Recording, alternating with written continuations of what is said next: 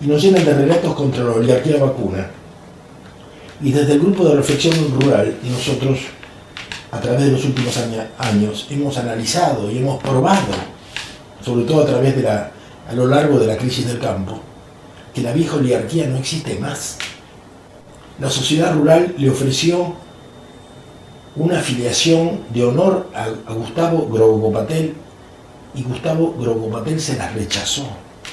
La sociedad rural, que concentra el odio de mucha gente de este gobierno, y particularmente de la Cámpora, es un museo, es un reservorio de los archivos genéticos de la gran producción de carnes argentinas del siglo XIX. Nada más. Y después un buen restaurante. Y es la sala de exposiciones de Palermo. ¿Qué más? El nuevo poder está en otro lado. La nueva oligarquía es Eduardo Erstein, el hombre más rico de la Argentina, del cual el poder político trata de no hablar, trata de no verlo.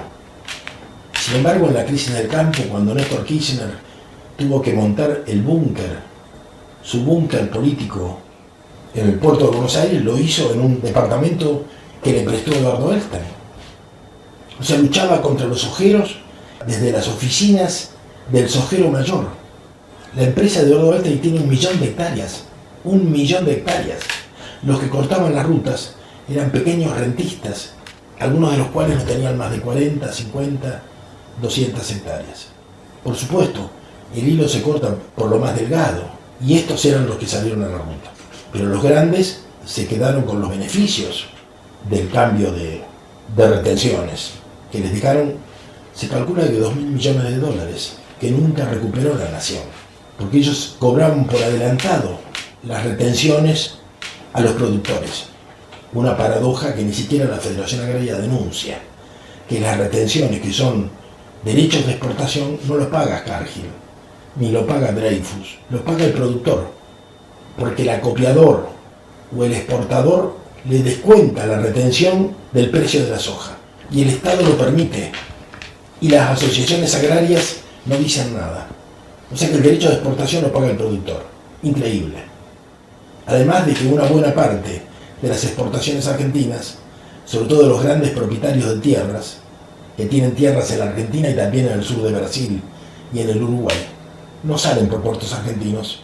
Son producidas en tierras argentinas, pero salen por Nueva Palmira, donde no pagan las retenciones. En algún momento, después de la crisis del campo, fuimos a una radio de Montevideo y lo denunciamos. Y los periodistas se rieron. Les pregunté de qué se reían, a micrófono abierto, les pregunté de qué se reían. Dice, eso que estás denunciando, aquí todo el mundo lo sabe. Yo dije, ¿pero lo sabe el presidente Mujica? Por supuesto. El Uruguay vive de esto, siempre vivió del contrabando. En la Argentina, la soja, entre el IVA y las retenciones, paga el 70%. Esa soja sale por Uruguay y paga el 10%. Pero para nosotros es muy importante el 10%. Por supuesto, están evadiendo, están dañándolo a ustedes, la economía de ustedes. Pero es importante para nosotros, porque nosotros no pusimos nada. No está siquiera hecha en tierra argentina. Simplemente nos pagan el 10%. Es una fortuna para ellos. Esto lo sabe Mujica, esto lo sabe la Argentina. Mujica es un tipo honesto. No cambia el auto, vive en la pobreza. Pero hace estas cosas. El Uruguay vive de estas cosas. Y la Argentina también vive de estas cosas. Porque esos grandes ojeros que evaden las retenciones son los amigos del poder. No son los que hablan de las carteras de Cristina. Estos son los que visitan la Casa Rosada, que son los grandes, no los pequeñuelos, que en realidad son rentistas.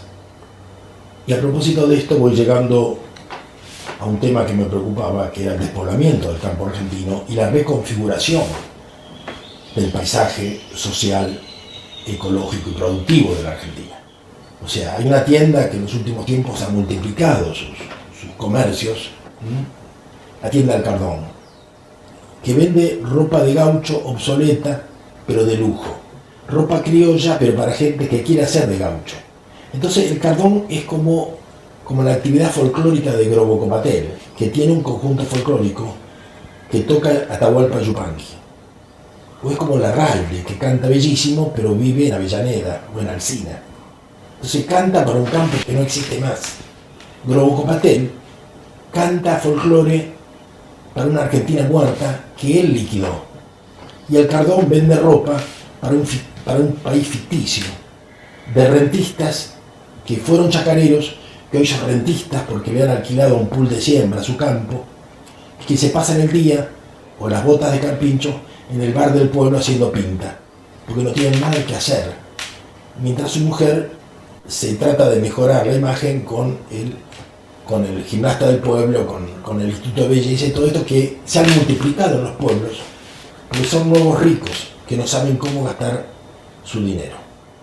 Y solamente algunos personajes, tanto de la Argentina como del Vaticano, preocupados por la trata de personas y por la prostitución, pueden creer que esta masa enorme de nuevos ricos desocupados, que no saben qué hacer de su vida, no tienen ninguna relación con la prostitución, porque el consumo de mujeres no es solamente el de los camioneros que llevan la soja de la Argentina a los grandes puertos. El consumo de mujeres es intenso, siempre lo fue en Rosario, sobre todo a partir de la sojización. Y no es extraño que Rosario sea la ciudad de los narcos, porque es la ciudad de los nuevos ricos, de la soja, que no estaban preparados para gastar tanto dinero como el que les llegó. Y esto me lo han contado muchos ojeros, que me dijeron, una de las críticas que tenemos para el Estado argentino, para los políticos argentinos, es que nos metieron en un modelo agropecuario en el cual nos enriquecieron, pero nunca abrieron una posibilidad de saber qué hacer con esos dineros. ¿Se entiende? Si el mismo gobierno, ya sea el de Menem o el de Kirchner, que respaldaron, propiciaron la sojización del país, habían tenido la capacidad de prever qué hacer con ese dinero, por ejemplo, reinvertirlo en acciones para el Estado argentino. En la Argentina se hubiera desarrollado, a lo mejor industrialmente, por lo menos en sus servicios, en el dispositivo del Estado, de tal manera que muchas de nuestras críticas hoy tendrían menos lugar. Pero ni siquiera fueron capaces de prever qué hacer con esa enorme masa de dinero. Entonces hoy se da la situación que después de 15 o 20 años en que entraron tantas divisas como jamás ocurrió en la historia argentina, nuestra deuda se ha multiplicado. No hemos podido pagar la deuda, tenemos mucha más deuda que antes, y las divisas que entran por la soja se continúan yendo en inversiones en el exterior, en prostitución, en drogas, en autos de lujo, en 4x4, en departamentos vacíos, que los hay por miles en cualquier ciudad universitaria, porque los ojeros compran un departamento para cada hijo, por si acaso quiere estudiar, compran un auto para cada familiar, se regalan sucesivos viajes a Europa, igual les sobra dinero, y no hay dónde invertir en la Argentina.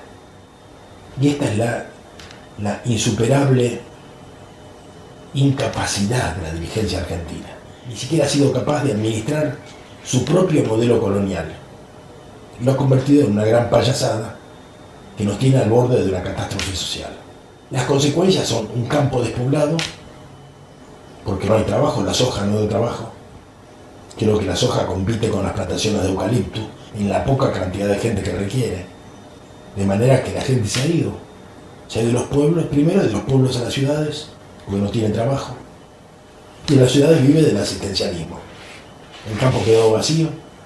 Cada metro cuadrado ha sido ganado para la soja. Uno ve cómo se han desmontado los antiguos montes centenarios para tener unos metros más. Las viejas casonas se han levantado, hasta los cimientos, para poder hacer un poco más de soja. Y a veces se ve perdida una palmera alta y uno supone que ahí había un parque.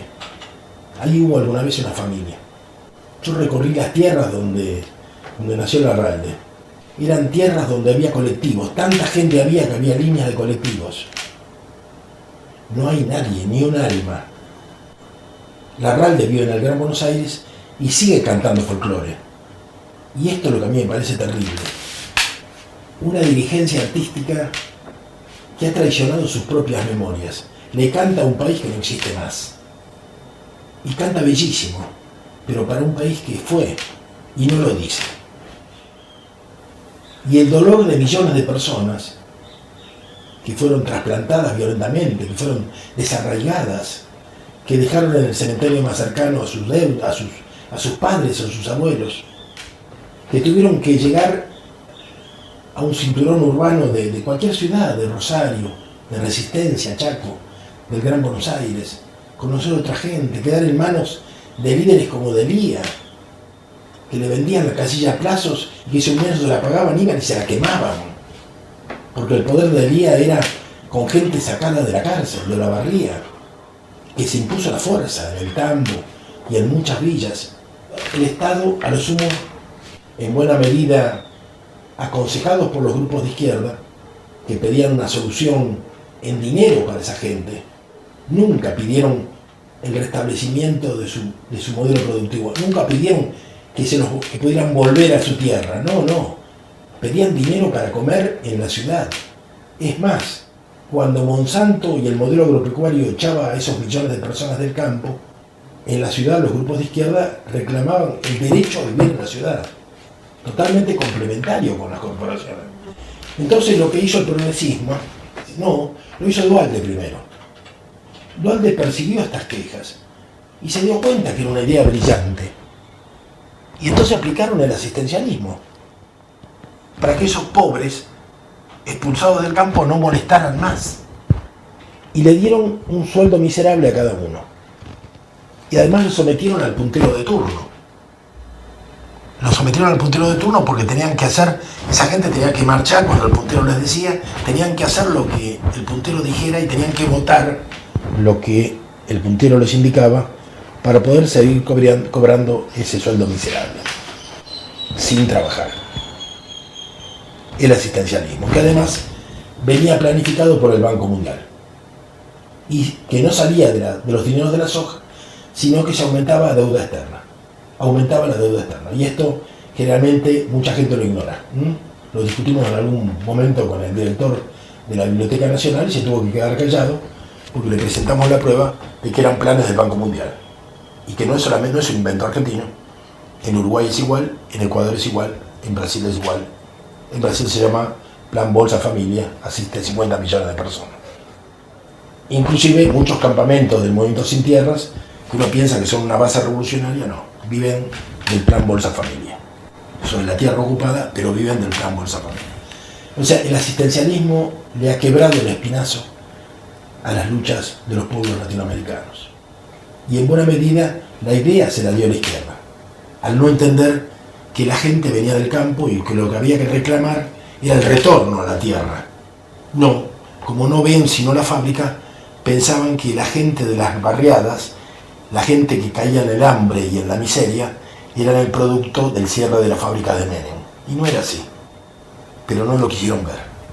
Y por supuesto, los sindicatos agrarios de la Argentina lo ocultaron cuidadosamente.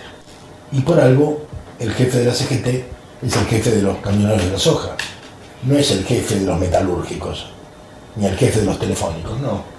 El sindicato más importante es el de los camioneros. Y lógico, es la Argentina de la soja. ¿Y el segundo quién es? Y el segundo es el sindicato de los desocupados de la agricultura, UATRE. Y bueno, esta es la Argentina real que nos negamos a ver. Es como un jardín de infantes y tratamos de mostrar los cubos de colores. Y es tan fácil de ver, pero hay una conspiración y hay demasiados intereses para no ver lo que en realidad es tan sencillo de ver. Tenemos otra oligarquía. No tiene nombres patricios, tiene apellidos de inmigrantes, tiene 10 veces más tierra que la vieja oligarquía, pero tiene un management diferente. Y no ahuyentan a los electores cuando toman el micrófono, como la gente de la mesa de enlace, como Violcati, que es un gorila terrible y el gobierno le tendría que dar micrófono para que se quede solo. No, estos son seductores, porque vienen del Partido Comunista, o vienen de grupos religiosos, y son cabeza de grupos religiosos, como es Eduardo Elstein. Entonces son terriblemente seductores, inteligentes, y tienen interpretaciones dialécticas de la historia, nos hablan en nuestro propio lenguaje de izquierda.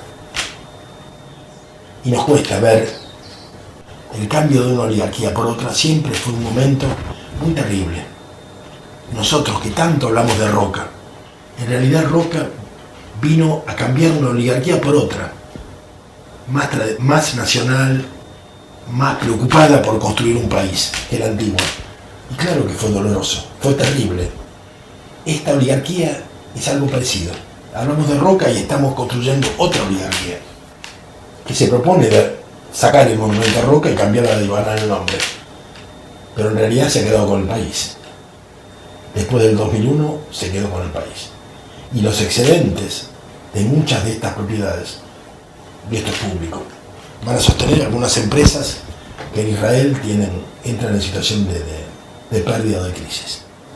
Y hoy estamos en la lista de países que los palestinos indican como países desde los cuales se sostienen los déficits de algunas empresas del Estado de Israel, como si fuéramos un país al que le sobraran los dólares, ¿no?